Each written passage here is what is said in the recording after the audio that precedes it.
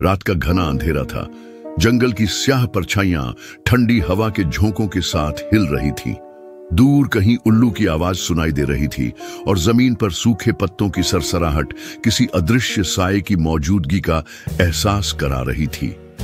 इस वीरान जंगल के बीचों बीच एक प्राचीन मठ स्थित था, जिसे लोग भूतिया मठ के नाम से जानते थे।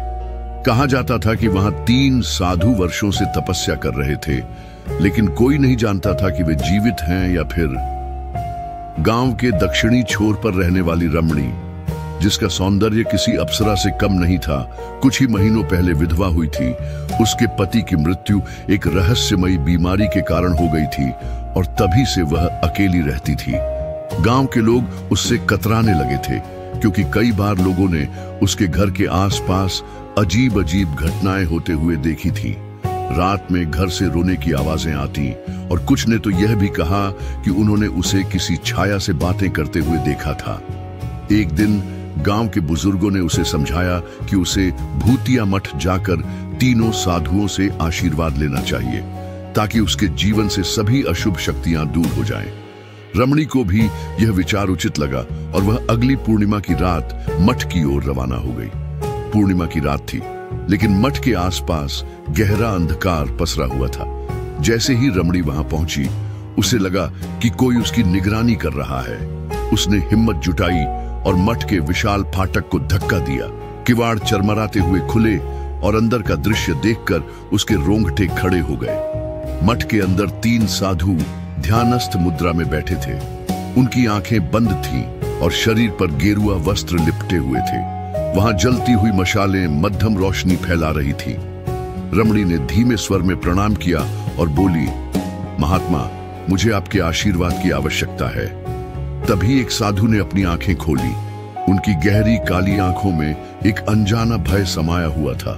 तू जानती है तू कहां आई है? उनकी भारी आवाज गूंजी। रमणी हकबका गई। मुझे बताया गया कि आप मुझे आशीर्वाद देंगे, जिससे मेरे जीवन की परेशानियां दूर हो जाएंगी।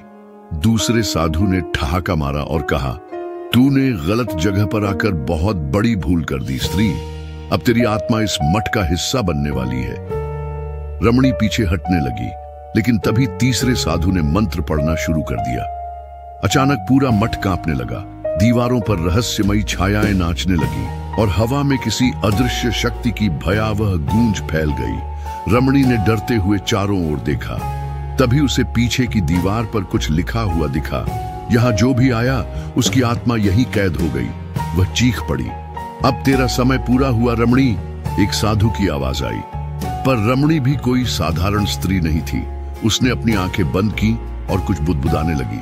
अचानक चारों ओर अंधेरा छा गया और साधुओं की चीखें गूंज उठी।